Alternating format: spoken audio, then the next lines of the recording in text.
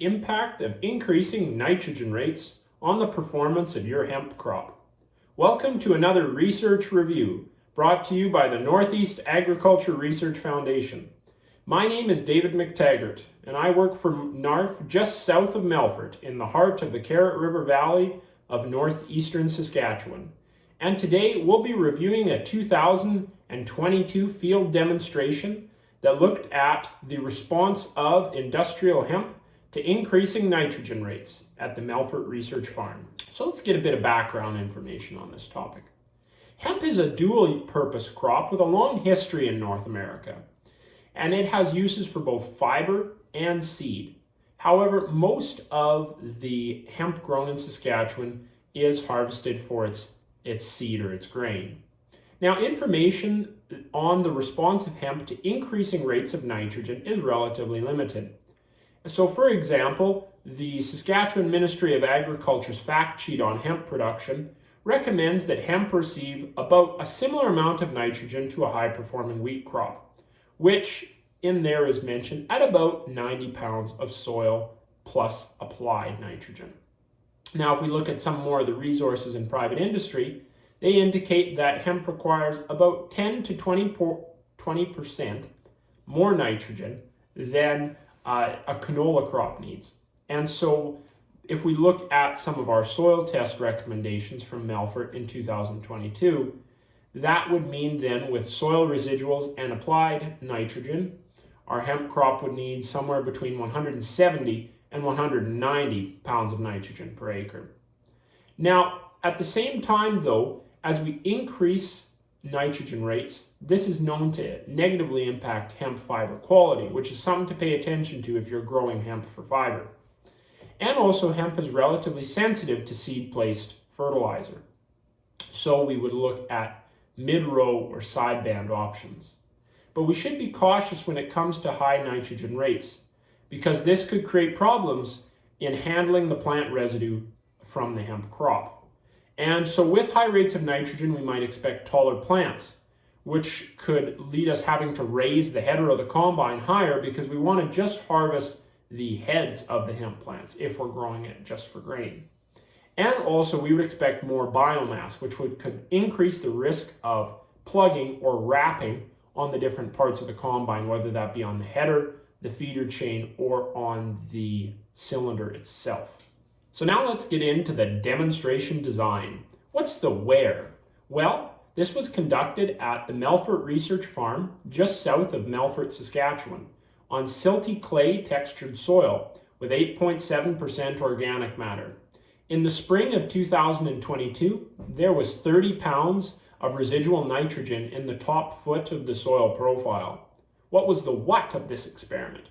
Well, the hemp variety X59 was seeded down at a rate of 44 pounds of seed per acre, which is a little bit higher than what's recommended. However, we had a relatively low germ rate of 70%. We tested 5 different rates of granular urea applied at seeding time, which was 53 pounds of nitrogen per acre, 89 pounds, 125 pounds, 160 pounds, and 196 pounds of nitrogen per acre. The nitrogen was side-banded down with the other macronutrients of phosphorus, potassium, and sulfur, and the plots were seeded down on 12-inch rows with knife-type openers on our Fabro plot seeder. And what was the win of this experiment? Well, it was conducted during the 2022 growing season, which, coming out of a cool and wet winter, we also had a cool and wet May and June, followed by a dry and warm period from July onwards. Now, our plots were seeded on the 27th of May and were harvested on the 28th of September. So what were the key results of this experiment? Well, we measured 3 things across the growing season, and they were plant density, plant height, and final grain yield. So when it comes to plant density, this was measured once all of the seedlings had emerged within the plots. And we found that there were no significant differences in plant density among the different nitrogen rates. However, we did see some trends. And that was as we increased nitrogen rates beyond 89 pounds of nitrogen per acre, there was a trend for a thinning of the plant stand, so a lower plant density. However, as we'll see later, this appeared to not negatively impact yield. And the thinning of the plant stand could very easily have been the product of an increased amount of ammonia in the soil as the urea began to break down to become plant available. And we talk about free ammonia a little bit in one of our past videos, talking about novel phosphorus sources in canola. So be sure to check that video out. Now, we want a good and dense plant stand when it comes to hemp to provide us with increased competition against weeds, because hemp is relatively limited in its herbicide options for the control of broadleaf weeds. Now, the second thing that we measured was plant height. And here we found that, yes, there were significant differences in the plant height across nitrogen rates. So what we saw was that plant height increased from the 53 pounds of N per acre all the way up to 125 pounds of N per acre, and then plateaus from there, and plant height increased at a slower rate. Now, what does this all mean? As we'll see later, increasing nitrogen rates also increased the grain yield that we got. However, we found that with taller plants, this could, on a field scale, make the hemp more difficult to combine because of increasing the height of the header to try and consume less of that biomass that's being generated at those higher rates of N. So our last factor that we looked at was grain yield. And here we found that there were significant differences between the nitrogen rates as well. And so what we found that there was quite a linear pattern of increasing grain yield from that low rate up to the about 160 pounds of nitrogen per acre, and then that was statistically similar to the highest rate of 196 pounds of N per acre. Now, when we compare treatments, we see that those three lowest nitrogen rates of 53 pounds, 89 pounds, and then also 125 pounds had a similar yield. Then when we compare 125 pounds to 160 pounds of N, they had a similar yield. And then the highest rate of nitrogen at 196 pounds of N per acre had a similar grain yield compared to the 160 pounds of N per acre treatment.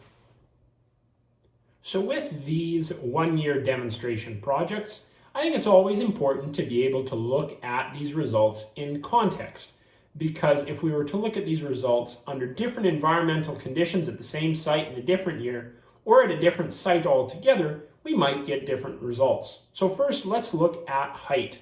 And as I mentioned earlier, as those plants get taller, we might have greater concerns at combining time to handle that larger amount of plant material, and also running out of the ability to increase our header height to just combine the heads.